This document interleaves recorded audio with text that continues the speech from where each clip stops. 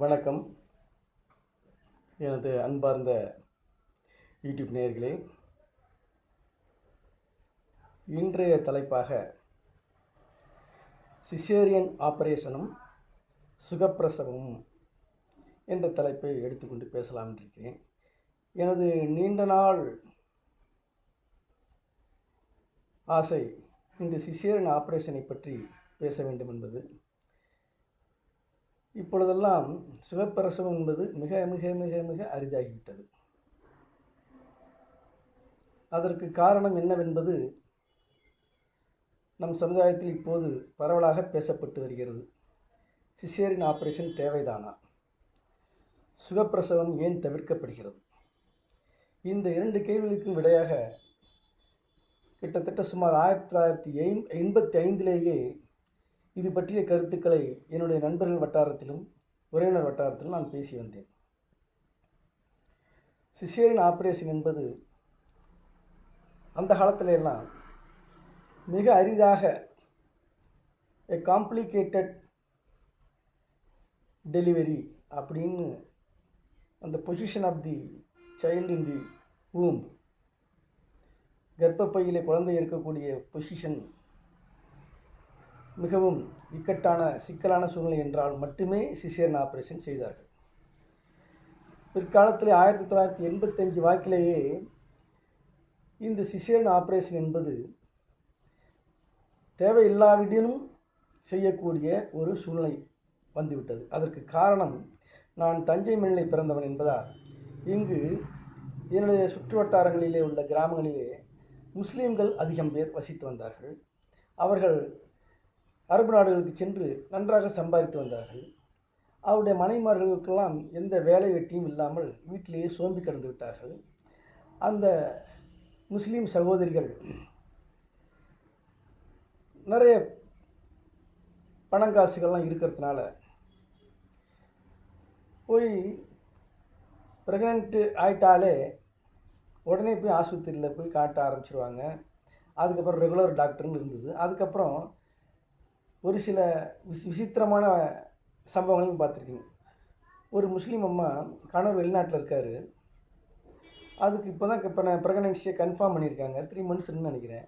அது 3 monthsலேயே ஹாஸ்பிட்டலில் அட்மிட் ஆகிடுச்சு. ப்ரைவேட் கிளினிக்கில் அட்மிட் ஆகி பெட்டில் இருக்குது. 3 மாதம். கணவர் சொல்லிட்டாரா, நீ டெலிவரி வரையும் நான் ஆஸ்பத்திரி வரையும் எந்த செலவாக இருந்தாலும் நான் அனுப்பி வரேன்ட்டார். ஏதோ ஒரு சீக்காளி மாதிரி அதை 3 மாதத்துலேருந்து டெலிவரி அங்கே தான் இருக்க போகிறதாக கேள்விப்பட்டேன். விசித்திரமாக இருந்தது. எனவே முஸ்லீம் சகோதரிகள் இந்த பிரசவ வேதனைக்கு பயந்து கொண்டு கணவன் அனுப்பிய காசு பணம் இருக்கிறதுனால எவ்வளோ செலவானாலும் பரவாயில்ல, எனக்கு சிசேரியன் பண்ணிடுங்கன்னு ஒரு கோரிக்கை வைக்க ஆரம்பித்தாங்க. அதில் டிஜிஓ படித்த டாக்டர்ஸ் எல்லாம், பெரும்பாலான டாக்டர்கள் என்று சொல்ல மாட்டேன், அந்த காலத்திலே ஒரு சில காசாசை பிடித்த டாக்டர்களும் இருக்கிறார்கள். எல்லா தொழிலும் இருக்கிறார்கள். வக்கீல் தொழிலும் இருக்கிறார்கள், இன்ஜினியரிங்கும் இருக்கிறார்கள், கான்ட்ராக்டர்களும் இருக்கிறார்கள், அரசியல்வாதிகளும் இருக்கிறார்கள், அரசு அதிகாரிகளும் இருக்கிறார்கள், வியாபாரிகளும் இருக்கிறார்கள். காசாசை பிடித்தவர்கள், மனசாட்சி இல்லாதவர்கள். எனவே மருத்துவத்துறையிலும் இருப்பது ஒன்றும் புதியதல்ல, அதிசயமானதல்ல. அவர்கள் இதை என்கரேஜ் செஞ்சாங்க. அதுக்கப்புறம் என்ன ஆச்சுன்னா, இதை பார்த்து மேல்தட்டு வர்க்கத்து பெண்களும் பிரசவ வேதனைக்கு பயந்துக்கிட்டு எனக்கு சிசேரியன் பண்ணிவிடுங்க அப்படின்னு ஒரு கோரிக்கை வச்சாங்க. அப்புறம் இது என்ன ஆகிடுச்சுன்னா, காலப்போக்கில் டாக்டர்ஸுக்கு, குறிப்பாக டிஜிஓ படித்தவங்களுக்கு இதில் ஒரு நல்ல வருமானம் ஈட்டக்கூடிய ஒரு துறையாக பின்பற்றி விட்டது. எனவே மிடில் கிளாஸ் பீப்புளாக இருந்தாலும் சரி தான், யார் ஏழை மக்களாக இருந்தாலும் சரி தான், சிசேரியன் தான் அப்படின்ட்டு வந்துட்டாங்க. சுகப்பிரசவத்துக்கு அவங்க ட்ரை பண்ணுறதே இல்லை என்பது இப்போது மறுக்க முடியாத உண்மை. நல்லா இருக்கக்கூடிய பெண்களுக்கும் சிசேரியன் தான் அப்படிங்கிற ஒரு கண்டிஷனுக்கு கொண்டு வந்துட்டாங்க, பணத்துக்காக, சம்பாதிக்கிறதுக்காக. இது எவ்வளோ வருந்தத்தக்க விஷயம். இது நான் மருத்துவர்களை மட்டும் குறை சொல்லவில்லை, கர்ப்பிணி பெண்களையும் குறை சொல்கிறேன். பிரசவ வலிக்கு பயந்துக்கிட்டு இவங்க கோரிக்கை வைக்கிறாங்க. அதே போல் பிரசவ வலிக்கு இல்லாமல் நமக்கு அவ்வளோக்கு செலவு பண்ண முடியாதுன்னா உள்ள கேஸுகளில் ஏழை மக்கள், நடுத்தர மக்கள், நடுத்தரத்துக்கு கீழ்ப்பட்ட மக்கள், இவர்களுக்கும் என்ன பண்ணுறாங்கன்னா டாக்டர்ஸு சிசேரியன் ப்ரெக்னென்ட்னால கத்தி தான் தூக்கு அப்படின்னு ஆரம்பிச்சிட்டாங்க. ஆனால் இயற்கையான சுகப்பிரசவத்தில் எவ்வளோ நன்மைகள் இருக்கிறது என்பது இந்த தாய்மார்களுக்கு தெரிவதில்லை. என்னுடைய வீடியோவில் அனாலிசிஸை பார்க்குறேன். என்னுடைய வீடியோவில் நிறைய பேர் பார்க்குறவங்க ஆண்களா பெண்களானா 70%க்கு எபோவ் 70% பெண்கள் தான் பார்க்குறாங்க என்னுடைய வீடியோஸை. அது ஒரு சந்தோஷமான விஷயந்தான். ஆண்கள் அவ்வளவாக 30% தான் இருக்கிறாங்க. 70% அது மாதிரி 10% இந்தியாவில் இருக்காங்க. மீதி பர்சன்ட்லாம் ஃபாரின் போயிடுது. இதெல்லாம் அங்கே உள்ளவங்க தான் டைம் இருக்குது போல் என் கருத்துக்களை புரிந்து கொள்வதற்கு. 10லேருந்து 11% தான் இந்தியான்னு காட்டுது அனாலிசிஸில். மீதி எல்லாம் இப்போ பார்க்குற பர்சன்டேஜ் எல்லாம் ஃபாரின் போல் இருக்குது. எந்த நாட்டில் பார்க்குறாங்களோ தெரியல. ஆனால் பெண்கள் அதிகமாக இருக்கிறார்கள். எனவே தான் இந்த பதிவை நான் இன்று பதிவு செய்ய வேண்டும் என்பது என் கடமையாகிறது. இதை சொல்வதற்கு எனக்கு முழு அருகதை இருக்கிறது. காரணம், எனது மகள், மூத்த மகள் முதல் பிரசவம் என் வீட்டில் வச்சு பார்க்குறேன். அப்போ நான் சொன்னேன், அம்மா என்னுடைய மருமகன் லண்டனில் இருக்கார், வசதி இருக்குது, ப்ரைவேட் கிளினிக்கில் சேர்த்து சிசேரியன் செய்கிறதுக்கு எல்லா வசதிகளும் என்கிட்ட இருக்குது, என் பெண்ணுக்கிட்டையும் இருக்குது, என் மாப்பிள்ளைகிட்டையும் இருக்குது, என்கிட்டையும் இருக்குது. இருந்தாலும் சொன்னேன், அம்மா சிசேரியன் வேண்டாம், உனக்கு நீ நல்லா ஹெல்த்தியாக இருக்க, சிக்கலான நேரம்னா மட்டும் அது செஞ்சுக்கலாம். நம்ம ஒரு ப்ரைவேட் டாக்டர்கிட்ட போயிட்டாலே அவங்க என்ன பண்ணுறாங்க, ஏதோ ஒரு காரணம் சொல்லி உனக்கு சிசேரியன் தான் பண்ணணும்னு அந்த இக்கட்டான நேரத்தில் சொல்கிறாங்க. நம்மளால் அதை ஒன்றும் சொல்ல முடியல. அது அந்த பேஷண்ட்டை வந்து இப்போ கர்ப்பிணி பெண்ணை வந்து வார்டில் அட்மிட் பண்ணுவாங்க, பிரசவ வார்டில், அது ஆப்ரேஷன் தேட்டரில் ரொம்ப சிக்கலாகிடுச்சிங்க, அதாகிடுச்சிங்கன்னு சொன்னால் அதை நம்பி தான் ஆக வேண்டியார். என்னுடைய நெருங்கிய உறவினர் பெண் ஒருத்திக்கு சொன்னாங்க, அந்த அம்மாவுக்கு 2வது பிரசவம், முதல் பிரசவம் சுகப்பிரசவம், 2வது பிரசவத்துக்கு ஒரு டாக்டர், லேடி டாக்டர் போனாங்க. அங்கே போகும்போது என்ன பண்ணிட்டாங்க, அவங்களுக்கு இந்த பிரசவ வலினாலேயோ அல்லதுனாலையோ கொஞ்சம் பிபி அதிகரிக்கும். யாருக்குமே அந்த ஆஸ்பத்திரிக்குள்ளே போய் அந்த ஆப்ரேஷன் தேட்டினாலே கொஞ்சம் பயத்தினால பிபி அதிகரிக்கும். பார்த்தீங்களா, பிபி அதிகமாகிடுச்சு, இவங்களுக்கு பிபி இருக்குது. ஆனால் பிபியே கிடையாது ஆரம்பத்துலேருந்தே, அந்த பர்டிகுலர் டேயில் மட்டும் கொஞ்சம் பிபி அதிகரிச்சிருக்கு. பிபி இருக்குது, நாங்கள் சிசேரியன் தான் பண்ணுவோம், சுகப்பிரசவத்துக்கு ரிஸ்க் எடுக்க மாட்டோம். அன்றைக்கி ஒரு நாளைக்கு பிபி பேஷண்ட்டாக இருந்தால் பரவாயில்ல, எப்படியெல்லாம் காரணம் சொல்கிறாங்க பாருங்கள். உடனே சிசேரியன், முதல் பிரசவம் சுகப்பிரசவம். இப்படி ப்ரைவேட் கிளினிக்குகளுக்கு, ப்ரைவேட் டாக்டர்கிட்ட போனாலே சிசேரியன் தான் என்கிற ஒரு கட்டாயத்துக்கு நம்மளை கொண்டு வந்து விடுகிறார்கள். எனவே என் மகளிடம் சொன்னேன், நீ ப்ரைவேட் டாக்டர்கிட்டே போக வேண்டாம், தாய் சேய் நல விடுதி என்று கவர்மெண்ட்டில் வச்சுருக்காங்க, நம்ம வீட்டுக்கு பக்கத்துலேயே இருக்குது, அங்கே காட்டிக்கிட்டு, அங்கே அனுபவமிக்க ஆயாக்கள், நர்ஸுகள், அவங்களாம் எப்படின்னா பாரம்பரியமாக இருந்து வந்த குடும்பத்திலேருந்து வந்த மருத்துவம் பார்க்குற, பிரசவம் பார்க்குற குடும்பத்திலேருந்து வந்த ஆட்கள்லாம் அங்கே இருக்கிறாங்க. அவங்களுக்குலாம் ஒரு வேலை வாய்ப்பு கிடைச்சவங்க இருக்காங்க. அதுக்கப்புறம் அனுபவமிக்கவும் இருக்காங்க. அங்கே காமிச்சிக்கிட்டு பிரசவ வலின்னு வந்துடுச்சுன்னா அங்கே கொண்டு சேர்த்துட்றேன், அங்கேயே நீட்டாக பிறக்கும். இன்னொன்று, கவர்மெண்ட் ஹாஸ்பிட்டலில் சேர்க்கலாமான்னா, கவர்மெண்ட் ஹாஸ்பிட்டலில் ஆண் டாக்டர்களும் பார்ப்பார்கள், நீ வெட்கப்படுகிறாய். ப்ரைவேட் கிளினிக்லாம் லேடி டாக்டர்ஸ் தான் பார்ப்பாங்க. கவர்மெண்ட் ஹாஸ்பிட்டலில் பெரிய ஆஸ்பத்திரிக்கு போனால் அங்கே ஆண் டாக்டர்னு இருப்பாங்க. கற்றுக்கிற ஸ்டூடெண்ட்ஸ் வந்து சுற்றி நின்றுக்குவாங்க, எனக்கு கூச்சமாக இருக்கும். அதனால் எனக்கு வேணாம்ப்பா, நான் தாய் சேய் நல விடுதியிலேயே நான் பார்த்துக்கிறேன், அங்கே எல்லாமே லேடிஸ் தான் அப்படின்னு சொன்னிச்சு. நானும் அதை ஆதரித்து அங்கே தான் காட்டிக்கிட்டு இருந்தேன். ஒவ்வொரு நாளும் நான் சொன்ன எக்ஸசைஸுகள், வாக்கிங் இதெல்லாம் ரெகுலராக செஞ்சுக்கிட்டு இருந்தது. சாப்பாடு, தண்ணி நிறையா குடிச்சிக்கிட்டு இருந்தது. நான் பர்டிகுலராக அதுக்கு கவனம் எடுத்து செஞ்சேன். சாயந்தரம் வீட்டுக்குள்ளேயே நடக்கும், வெளியில் நடக்கும், வீட்டை சுற்றி நடக்கும். சாயந்தரம் நேரங்கள் நைட்டு படுக்கும்போது சோடா பால்னு ஒன்று கொடுப்பாங்க. சோடாவையும் பாலையும் கலந்து ஒன்றா கலந்து குடிக்க தான் இந்த பெண்களுக்கு இந்த கால் வீக்கம் இருக்காது, சுகப்பிரசவத்துக்கு நீர் ஏறும், ஸ்மூத்தாக சுகப்பிரசவம் ஆகுங்கிறதுக்கெல்லாம் அந்த காலத்தில் செஞ்சாங்க. அதெல்லாம் இப்போ யார் குடிக்கிறா? சோடா பால்னால அப்படின்னு மூஞ்சி திருப்புறாங்க. அது மாதிரி நான் சொன்னதெல்லாம் ஃபாலோ பண்ணிச்சு. அப்போ நான் பிரசவ வலி வந்தோடனே கொண்டு போய் சேர்க்கும்போது அந்த ஆயா ஹெட்டாக இருக்காங்களா, அவங்கள்ட்ட சொன்னேன், அம்மா எதுவும் சிக்கல்னா கார் ரெடியாக பக்கத்தில் வச்சுருக்கேன், எதுவும் ரெடின்னா சிக்கல்னு சொன்னால் நான் ப்ரைவேட் கொண்டு போயிடுவேன். சிசேரியன் தான் அப்படின்னா ரெடியாக வச்சுருக்கேன், ஒரு 15 நிமிஷத்தில் நான் கொண்டு போய் சேர்த்துருவேன். ட்ரை பண்ணாதீங்க, ரிஸ்க் எடுக்காதீங்க, சிக்கல்லாம் சொல்லிடுங்க, முயற்சி பண்ணி பார்க்கணுன்னு தேவையில்லை அப்படின்ட்டேன். சரின்ட்டு அந்த அம்மா, அதெல்லாம் ஒன்றும் இல்லைங்க, ஃபுல்லாக நல்லா இருக்குன்னு கையை வச்சு ஸ்கேன்லாம் ஒன்றும் கிடையாது, கை தான் உங்களுக்கு ஸ்கேனு, கையை வச்சு இப்படி இப்படி இப்படி இப்படி அமைக்க பார்த்தா ஃபுல்லாக நல்லா இருக்குன்ட்டாங்க. டக்குன்னு அதே மாதிரி பார்த்தீங்கன்னா பிரசவம் சுகப்பிரசவம் ஆச்சு, எந்த பிரச்சனையும் இல்லை. 3ஆம் நாளே கூட்டிகிட்டு வந்துட்டோம் வீட்டுக்கு. அதன் பிறகு என் மகள் லண்டனுக்கு, இந்த குழந்தை 1 வயசு குழந்தை, பெண் குழந்தை 1 வயசு ஆனாலும் லண்டனுக்கு போயிட்டாங்க. அங்கே மறுபடியும் அது கர்ப்பம் தரித்து இருக்கிறப்ப எங்களையோ என்னுடைய மனைவியோ அல்லது அவங்க மாமனார் மாமியார் யாரையும் கூப்பிட்டுக்கல. அது புருஷன் முன்னாடி 2 பேர் தான் அந்த கை ஒரு பிள்ளை இருக்குது, 1 வயசு 1.5 வயசு பிள்ளை இருக்குது. அப்போ பிரசவ நேரத்தில் அது 2 வயசு ஆகிடுச்சு. இத்தனையும் வச்சுக்கிட்டு அங்கே உள்ள அரசு மருத்துவமனையில் சேர்ந்துக்கிட்டு ஒண்டியாகவே இருந்து பிரசவம் பார்த்துக்கிச்சிங்க. ஒண்டியாகவே இருந்து சமாளிச்சிக்கிச்சு. எப்படி ஒரு திறமை பாருங்கள், பாராட்டுறேன். என் மகள் தான் அந்த தைரியத்தோடு வளர்த்தேன். அப்போ அந்த பிரசவத்தை பற்றி என்கிட்ட சொன்னிச்சு. முதல் பிரசவத்தில் நான் இங்கே நல்லா இது பண்ணி ட்ரெயின் பண்ண தொட்டு எனக்கு 2வது பிரசவம் எளிதாக இருந்ததுப்பா. இன்னொன்று இங்கே கூட என்ன பண்ணுவாங்கன்னா பிரசவ நேரத்தில் அப்படி வயிற்று அமுக்குறாங்க, முக்குன்றாங்க, அப்படியெல்லாம் செய்கிறாங்க. அங்கே அதெல்லாம் இல்லை. கணவர் தலைமாட்டில் நிற்கணும், நமக்கு முன்னாடி ஒரு ஸ்க்ரீன் போட்டுடுறாங்க. அந்த அண்டை டாக்டர்ஸ் இருக்காங்க, அவங்க வந்து புஷ் புஷ் புஷ்ன்னு சொல்கிறாங்க. அந்த வலியாகப்பட்டது பிரசவ வலி இருக்குது பாருங்கள், அது எப்படி வரும்னு சொன்னோம்னா அலை போல் வரும். ஒரு அலை மாதிரி அப்படி ஒரு திடீர்னு ஒரு வலி உண்டாகும், அப்புறம் அடங்கும். கொஞ்சம் நேரம் கழித்து அப்புறம் அலை உண்டாகும். புயல் மாதிரி தான். முதல்ல புயல் அடிக்கும்போது பார்த்திங்கன்னா மரத்தை கொம்பை சுற்றி காற்றடிக்கும், உனக்கு லேசாக அடிக்கும், அப்புறம் நின்றுடும், அமைதியாக இருக்கும். அப்புறம் 15 நிமிஷம் கழித்து அடிக்கும். அப்படி கொஞ்சம் கொஞ்சமாக அந்த காற்றின் வேகம் அதிகரிக்கும், அப்புறம் ஃபுல் ஸ்விங்கில் அடிக்கும். அதே போல் இதுவும் ஒரு அலை போலவே ஒரு 10 நிமிஷம் வலிக்கும், அப்புறம் அடங்கிடும், அப்புறம் மறுபடியும் வலி வரும்.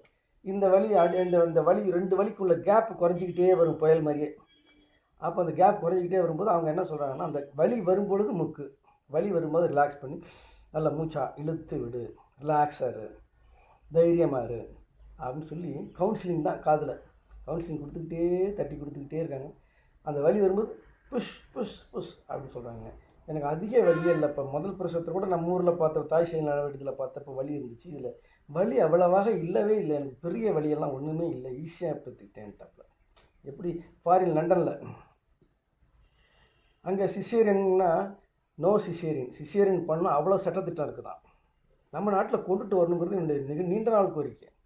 அது எந்த அரசாங்கமும் கவனத்தில் எடுத்துக்கொள்ள மாட்டேங்கிறாங்க. அங்கே சிசேரியன் பண்ணோம்னா எதற்கு சிசேரியன் பண்ணுறோம், என்னத்துக்கு பண்ணுறோம், என்ன காரணம் அப்படிங்கிறத பதிவு செய்யணும். அதுக்கு சீஃப் டாக்டர்ஸ்ட்டை பர்மிஷன் வாங்கி அவங்க ரிப்போர்ட்டை சொல்லி அவங்க கன்ஃபார்ம் பண்ணணும். நம்மள்கிட்ட என்ன சிக்கல் இருக்குதுன்னு சொல்லி சம்மதமானு கேட்டு கையெழுத்து வாங்கிக்கணும். நம்மள்கிட்ட சிச்சுவேஷனை விளக்கணும். இந்த சிச்சுவேஷன் இதுக்கு சிசேரியன் தவிர்த்து வேறு வழி இல்லைங்கிறதுக்கு அவங்க ஒரு ரிப்போர்ட்டை எழுதி ஒரு டெசிஷன் ஒன்று 2-3 டாக்டர்கள் கூடி சேர்ந்து அது ஒரு முடிவு எடுப்பாங்க. ஒரு குழுவாக சேர்ந்து, அவங்கெல்லாம் தனி டாக்டர் எடுக்க முடியாது முடிவை. அந்த குழு சீஃபும் மற்றவங்க சேர்ந்து இது சிசேரியன் அவசியம் தானான்னு சொல்லி, அவசியம் என்றால் அதுக்கு ரெக்கார்ட் பண்ணணும். அவ்வளோ சட்டத்திட்டங்கள் கடுமையாக இருக்குது. தேவையில்லாமல் சிசேரியன் பண்ணக்கூடாது என்பது அந்த நாட்டின் சட்டம். நம்ம நாட்டில் ஒரு குழந்தை பெற்று எடுத்துகிட்டு வரணும், 1 லட்சம் மினிமம் வேணுங்க அவங்களுக்கு. அது ஏழையாக இருந்தாலும் சரி தான், பணக்காக இருந்தாலும் சரி. இன்னைய நிலைமை அது. 1 லட்சம் இல்லாமல் உங்களால் குழந்தை பெற்றுக்க முடியாது. குழந்தையை பெற்றெடுக்க 1 லட்சம் தேவை. ஆஸ்பத்திரிக்கு போயிட்டு இருந்தீங்கன்னா குறைஞ்சபட்சம் சொல்கிறேன் நான். அப்படி ஒரு காலகட்டத்தை கொண்டாந்துட்டாங்க.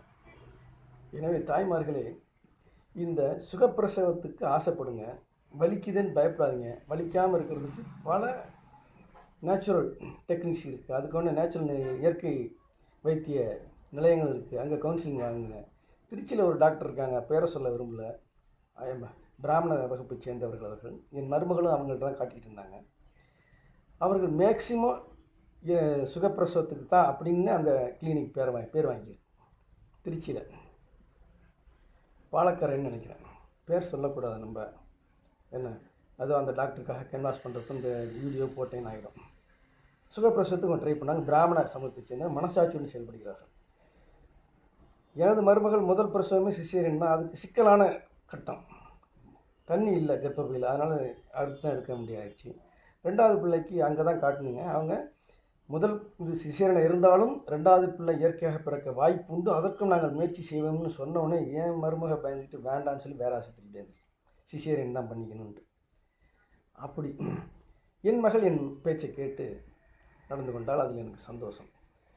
இந்த சுகப்பிரசவத்தில் என்ன நன்மைன்னா, நீங்கள் அந்த லேபர் கொடுக்குறீங்க பாருங்கள் டெலிவரிக்காக, பிரசவ லேபர்னு சொல்கிறாங்களே, அந்த லேபர் முக்குறீங்களா, அப்போ முக்கும் பொழுது உடம்பில் உள்ள அனைத்து செல்களும், அனைத்து மூளை, நாடி நரம்புகளும், 36 நாடி நரம்புகளும் முயற்சி செய்து உங்களுடைய ஹார்மோன்கள் சுரக்கும். புதிதாக பால் சுரக்கிறதுக்குண்டான ஹார்மோன், பெண்மைக்குண்டான ஹார்மோன், தாய்மைக்குண்டான ஹார்மோன், ஒரு ஹார்மோன் இருக்குது. அந்த ஹார்மோன் சுரப்புகள் சுரந்து உங்களுடைய உடலை முழு தாயாக ஆக்கும். உங்களுக்கு மிகப்பெரிய ஆரோக்கியத்தை கொடுக்கும். வலின்னு நினச்சிடாதீங்க. எந்த ஒரு தீமைக்குள்ளும் ஒரு நன்மை உண்டு, எந்த ஒரு நன்மைக்குள்ளும் ஒரு தீமை உண்டு என்பது கவிதை. ஒரு சினிமா பாட்டில் வருது, எந்த தீமைக்குள்ளும் ஒரு நன்மை உண்டு, எந்த நன்மைக்குள்ளும் ஒரு தீமை உண்டு அப்படின்னு ஒரு பாட்டு. ஓன்னு போகும் அந்த பாட்டு, நல்ல பாட்டு. அந்த பாட்டுப்படி இந்த பிரசவ வலியினால் பெண்களுக்கு ஏற்படக்கூடிய நன்மைகள், உடல் ரீதியாக ஏற்படும் நன்மைகள் ஏராளம்.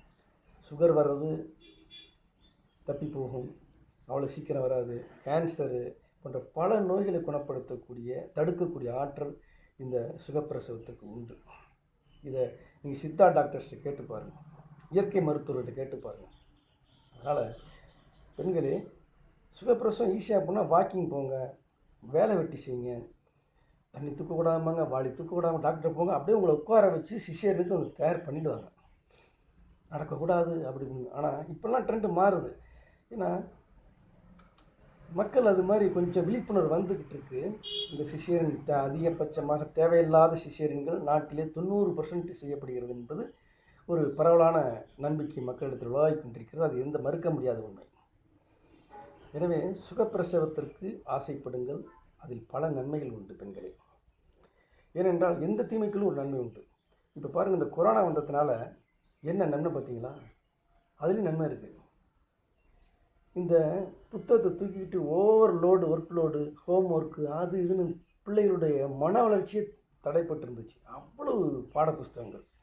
அதுகளுக்கெல்லாம் இன்றைக்கி நல்ல ரெஸ்ட், ஃப்ரீயாக இருக்குங்க. எல்கேஜி யூகேஜி சொல்கிறேன்.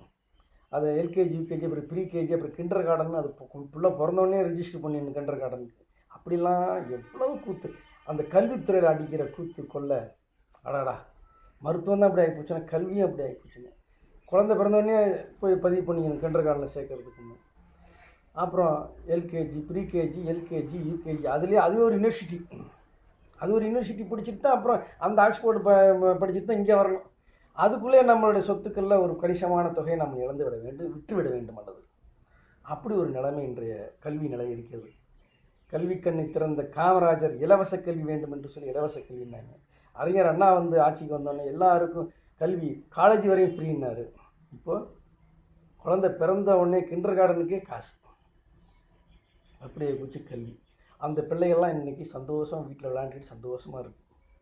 அது ஒரு நன்மை. படிக்காமலே சில பேர் பாஸ் ஆகிட்டாங்க.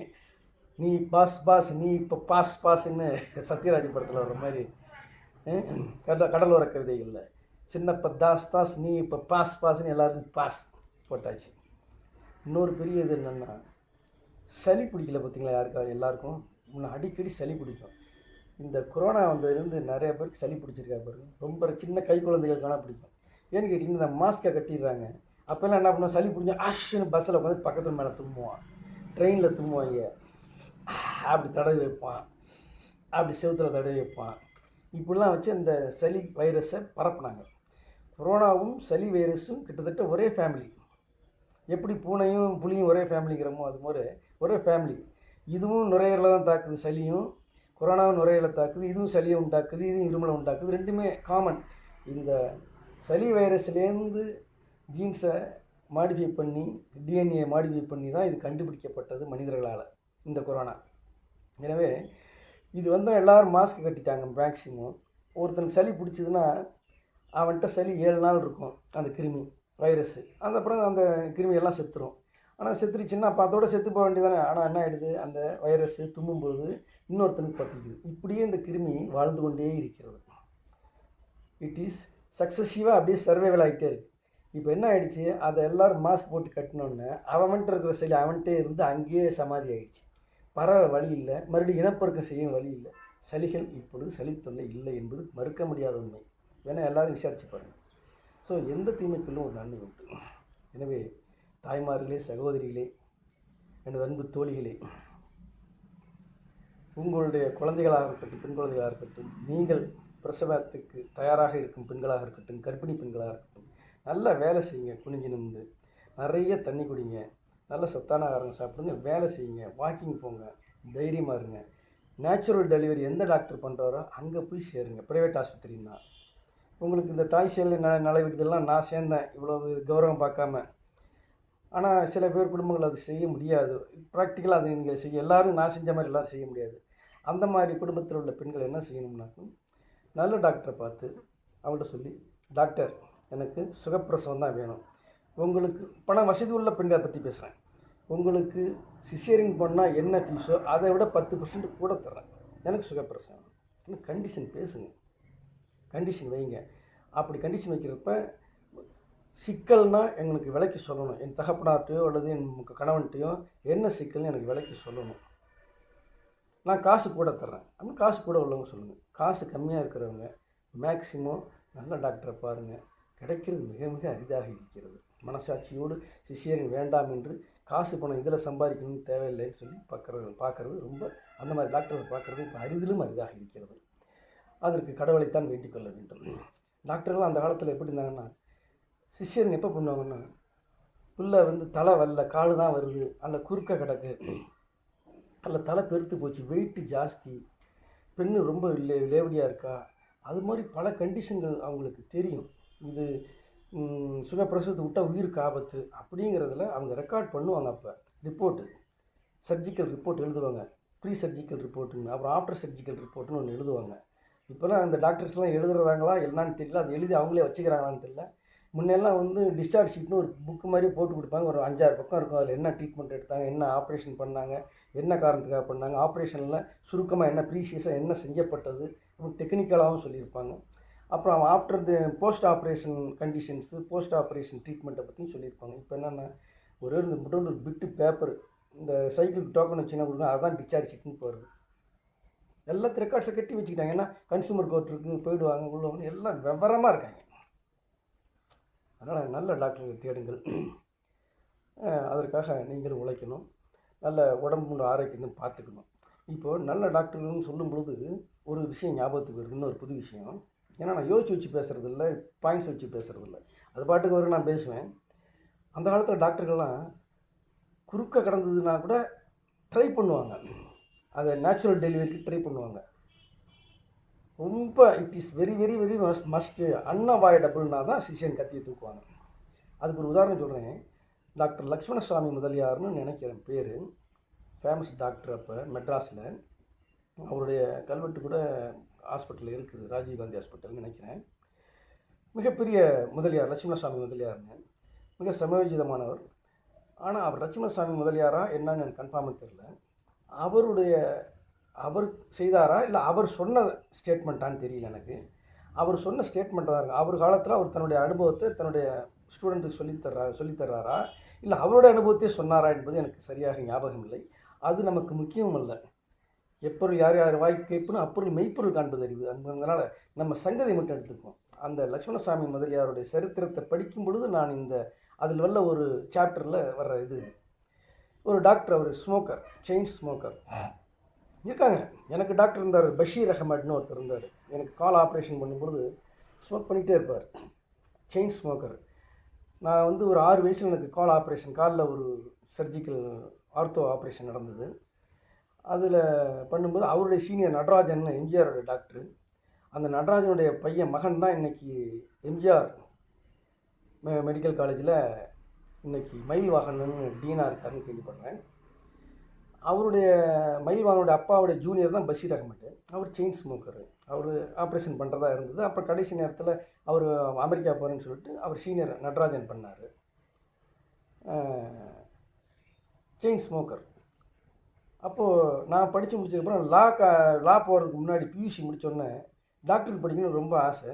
அதனால் டாக்டருக்கு படித்து எனக்கு நல்ல mark, first class, PUC first கிளாஸில் நல்ல மார்க் எடுத்திருந்தேன். எனக்கு இன்டர்வியூ வந்துருச்சு. அப்போல்லாம் என்ன நீட் தேர்வு கிடையாது, என்ட்ரன்ஸ் எக்ஸாம் கிடையாது, மார்க் அடிப்படையில் இன்டர்வியூ அனுப்புவாங்க. இன்டர்வியூவில் மார்க் வச்சு செலக்ட் பண்ணுவாங்க. ரெக்கமெண்டேஷன் உண்டு, எல்லாம் உண்டு, சகலமும் உண்டுன்னு வச்சுங்க. அப்போ நான் போனப்போ என்னை இன்டர்வியூ பண்ண டாக்டர்களில் 3 பேர் உட்காந்து டாக்டர்ஸில் எங்கள் அப்பா வெளில நிற்கிறாரு. 3 பேரில் ஒருத்தர் பஷீர் ஆகமாட்டான்டா, உனக்கு சின்ன பிள்ளையில் அவர் தான் ட்ரீட்மெண்ட்டுக்கு அவரை போய் பார்த்தோம். அப்படியா, யாருப்பா எப்படி பார்ப்பாருன்னு. ஒன்றும் பண்ணல, சீல் பிடிச்சிட்டே இருப்பார், அதை வச்சே புரிஞ்சிக்கலாம். அப்படியா, உள்ளே போகிறாங்க, 3 பேர் இன்டர்வியூ பண்ணுறாங்க. அதில் சீட் பிடிச்சிட்டே தாங்க நீ இன்டர்வியூ கேள்வி கேட்டார். இன்டர்வியூவில் என்ன கேள்வி கேட்டார்னா, இந்த சைனீஸ் எழுத்து மாதிரி வெள்ளையில் ஒரு சைனீஸ் எழுத்து மாதிரி பூவா போட்ட ஒரு சட்டை போட்டு போங்க. டக்குன்னு அவர் கேட்டார், சீட் பிடிச்சிட்டேன். அதில் உன் சட்டையில் எழுதியிருக்காது என்ன எழுத்துன்னாரு. சைனீஸ்னு அடிச்சு விட்டேன். சைனீஸ் தெரியுமா உனக்கு? தெரியாதுன்னு. அப்புறம் எப்படி அதை சொல்கிறேன்னு. கடையில் கேட்டேன் இது என்னன்னு, விற்கிறவன் சொன்னான்னு. சிரிச்சுக்கிட்டாரு. சிரிச்சுக்கிட்டு. ஆனால் எனக்கு கிடைக்கல சீட்டு. என்ன அந்த அளவுக்கு அரசியல் செல்வாக்கும் பணபலமும் என்னிடமும் என் தந்தையிடம் இல்லை. அது அனைத்து தகுதியும் பெற்றிருந்தும் நான் அதில் சேர முடியாத ஒரு துர்பாக்கியத்துக்கு ஆளானேன். ஆனால் என்னுடைய லட்சியம் டாக்டர்னு இன்னைக்கு அதுபோல். அதனால் அந்த டாக்டர் சீட்டு கிடைக்கலைங்கிறதுனால லா படித்ததுக்கு அப்புறமும் கூட டாக்டர்கள் எல்லாம் கிராஸ் பண்ணுவேன் கூண்டில் ஏற்றி. அதுக்காக நிறைய அந்த மெடிக்கல் சயின்ஸை பற்றி நிறைய மெடிக்கல் லீகல் சயின்ஸில் இந்த டாக்டர் மோடின்னு ஒருத்தர் புக் எழுதியிருப்பார். இப்போ வேறு புத்தகம் ஃபாலோ பண்ணுறாங்க. அதெல்லாம் நிறைய படிப்பேன் ஆர்வமாக. அதே போல் மெடிக்கல் சம்மந்தப்பட்ட அனைத்துகளையும் படிப்பேன், நெட்லேயும் பார்ப்பேன். கிட்டத்தட்ட ஓரளவுக்கு டாக்டர்ஸ்கிட்ட பேசினா அவங்க என்ன சொல்கிறாங்கிறது என்னால் புரிந்து கொள்ள முடிய அளவுக்கும், அதே போல் என்ன ட்ரீட்மெண்ட் என்பதை அறிந்து கொள்ள அளவுக்கும் சாதாரண வியாதிகளுக்கு நானே என்னை பொறுத்தவரை நான் சொல்கிறேன், என் குடும்பத்தை பொறுத்த எனக்கு நானே ட்ரீட்மெண்ட் எடுத்துக்கொள்வதற்கும் எனக்கு தெரியக்கூடிய அறிவு, எனக்கு பேசிக் அறிவு மெடிக்கலில் உள்ளது. என் ஒய்ஃபை சொல்லுவாங்க, நீங்களே ஒரு அடிப்படையில் ஒரு டாக்டர் தாங்க அப்படின்னு. போன பிறகு நீங்கள் டாக்டராக இருந்துருப்பீங்க போட்டிருக்கு அப்படின்ட்டு. என்னுடைய மருத்துவ ஆலோசனை என் மனைவி ஃபாலோ பண்ணுவோம், என் மகளும் ஃபாலோ பண்ணுவாங்க. அடுத்து மற்றவங்க யாரும் ஃபாலோ பண்ணுறதுக்கு தயார் இல்லை. அந்த அளவுக்கு என் மீது நம்பிக்கை இல்லை, என்னவோ தெரியவில்லை. ஆனால் என்னை நம்பியனவர்கள் கெட்டு போகவில்லை, மருத்துவ ரீதியாக சொல்கிறேன். எனவே தாய்மார்களே, சுகப்பிரசவத்துக்கு ஆசைப்படுங்கள், அதற்காக உழைங்கள், நல்ல டாக்டரை தேர்ந்தெடுங்கள். அதே போல் மருத்துவர்களே, மருத்துவ சகோதரிகளே, டிஜிஓ படித்த மருத்துவர்களே, காசு எப்படி வேணாலும் சம்பாதிக்கலாம். ஆனால் நான் வக்கீல் சொல்கிறேன், தேவையில்லாமல் கேஸே போட மாட்டேங்க. எத்தனையோ வர்றாங்க, நோட்டீஸ் லெவல்லே அனுப்பிடுவேன், பேசியே அனுப்பி விட்ருவேன், இல்லை 2 தரப்பையும் கூப்பிட்டு காம்ப்ரமைஸ் பண்ணுவேன். ரொம்ப அதிகபட்சம் தேவையில்லைன்னா தான் கேஸ் போடுவேன். அப்போ சொல்லுவேன், கேஸுங்கிறது ஆப்ரேஷன் மாதிரி, கத்தி தூக்குற மாதிரி, தேவைப்பட்டால் தான் கேஸ், இல்லைன்னா இதுக்கு முன்னாடி ஃப்ரீயாக கை வைத்தியமாக எல்லாம் பண்ணிவிடுவோம் அப்படின்னு சொல்லி டாக்டர் மாதிரியே பேசுவேன் அவங்கள்ட்ட. அதனால் டாக்டர்களும் சற்றே மனசாட்சியுடன் நடந்து கொண்டு கூடுமானவரை சிசேரியனை தவிருங்கள். அதே போல் அரசியல்வாதிகளை கேட்டுக்கொள்கிறேன். இப்போ அரசாங்கம் மாறப்போகிறதா இல்லை அதே அரசாங்கம் தொடரப்போகிறதா என்று தெரியவில்லை. இதை பார்க்கும் அரசியல்வாதிகளும் சரி, விரைவில் வரக்கூடிய அமைச்சரவை இந்த சிசேரியன் ஆப்ரேஷனை பற்றி அதை கட்டுப்படுத்துவதற்கு, ரெகுலேட் பண்ணுவதற்கு ஒரு சட்டத்தை ஏற்றியே ஆக வேண்டும். இருக்கிற சட்டம் பத்தாது. இன்றைக்கி பெண்ணா ஆனான்னு தெரிஞ்சக்கூடாதுங்கிறதுக்கு ஒரு சட்டம் போட்டாங்க. அதே போல் ஒரு ஸ்பெஷல் ஆக்ட் போட்டு சிசேரியன் பண்ணணும்னா அதற்குண்டான காரணங்களை முழுமையாக விளக்க வேண்டும் பேஷண்ட்டை, அல்லது பேஷண்ட்டுடைய கார்டியன்ட்டை. அதே போல் எந்த காரணத்திற்காக எல்லாம் சிசேரியன் பண்ணலாம்னு ஒரு விதிமுறைகளை வகுக்க வேண்டும் டாக்டர்கள் குழு, நிபுணர்கள் குழு. இந்தந்த காரணங்களுக்குத்தான் சிசேரியன் செய்யலாம் அப்படின்னு அந்த காரணங்களுக்குள் இந்த பேஷண்ட் வர்றாராங்கிறத அவங்க நிர்ணயிக்கணும். நிர்ணயித்தது அந்த டாக்டர் மட்டும், ப்ரைவேட் டாக்டராக இருந்தாலும் நிர்ணயித்தது அவங்க மட்டும் நிர்ணயிக்கக்கூடாது. மற்றொரு டாக்டர் அரசு மருத்துவருடன் அதை அனுப்ப வேண்டும். இத்தனை சிசேரியன் எங்கள் ஹாஸ்பிட்டலில் கிளினிக்கில் பண்ணியிருக்கோம், இன்னென்ன காரணங்களுக்காக பண்ணிக்கணும், அரசு மருத்துவருக்கும் சுகாதாரத்துறைக்கும் அனுப்ப வேண்டும். இது போன்ற விதிமுறைகள் எத்தனை வைக்கலாம். கட்டுப்படுத்துகிறது சட்டத்தை ஏற்றக்கூடிய என்னை விட அறிவாளிகள் எத்தனை பேர் இருக்கார்கள். அவர்கள் எல்லாம் கலந்து ஆலோசித்து இது சிசேரியனை, தேவையற்ற சிசேரியனை தடுப்பதற்கு எப்படி சட்டம் ஏற்றினாங்கிறது ஒரு சின்ன ஒரு டிப்ஸ் தான் கொடுத்தேன், அவ்வளோதான். உட்காந்து சிந்திச்சா நிறைய கண்டிஷன்ஸ் கொண்டு வரலாம். அதுவும் அந்த லைனில் மெடிக்கல் லைனில் இருக்கிறவங்களுக்கு நிறைய அது தெரியும். அது போன்ற ஒரு சட்டம் ஏற்றப்பட வேண்டியது அவசியமாகிறது. அதற்காக மக்கள் போராடுவதற்கு இங்கே யாரும் தயாராக இல்லை. இது ஒரு கம்யூனிஸ்ட் நாடு அல்ல, எதற்கெடுத்தாலும் ஒரு போராட்டத்துக்கு மக்கள் முன்னெடுத்து செல்வதற்கு. எனவே அரசியல்வாதிகள் நாம் தான் அரசியல்வாதிகளுக்கு தூண்டுகோலாக இருந்து இதை செய்ய வேண்டும். என்னை போன்றவர்கள் பேசுவோம். உங்களுக்கு ஒரு விளக்கத்தை கொடுத்திருக்கிறோம், ஒரு அறிவு விளக்கத்தை கொடுத்திருக்கிறோம். நீங்கள் இதை கொண்டு அரசாங்கம் சட்டம் போடுதா இல்லைன்னு வெயிட் பண்ணாமல் நம்மளை விசார் பண்ணிக்கணும். மக்களும் திருந்தணும், டாக்டர்களும் மாறணும் என்று கேட்டுக்கொண்டு இந்த உரையை முடிக்கின்றேன். இதற்கு அடுத்ததாக இன்னொரு வீடியோ போட போகிறேன், அதையும் பாருங்கள். என்னுடைய வீடியோக்கள் எதுவுமே ஸ்கிப் பண்ணாதீங்க, ஸ்கிப் பண்ணாமல் பாருங்கள். இந்த வீடியோ பிடிச்சா லைக் போடுங்க. ஆனால் யாருமே லைக் போட மாட்டீங்க, பார்த்துட்டு அப்படியே போயிடுறீங்க. பாராட்டுவது ஒரு நல்ல பண்பு, அதை வளர்த்துக் கொள்ளுங்கள். கருத்து மாறுபட்ட கருத்துக்களாக இருந்தாலும் தெரிவிங்க, அது என் வளர்ச்சிக்கு உதவும்.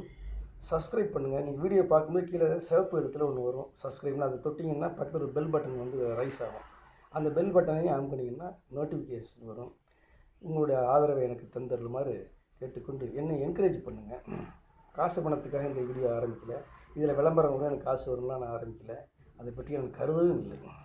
எனவே மக்கள் நன்மைக்கு ஏதாச்சும் நான் செய்யணும் இந்த சமுதாயத்துக்கு, அப்படிங்கிறதுக்காக தான் பேசிக்கிட்டு இருக்கிறேன். நன்றி எனது நேயர்களே, குறிப்பாக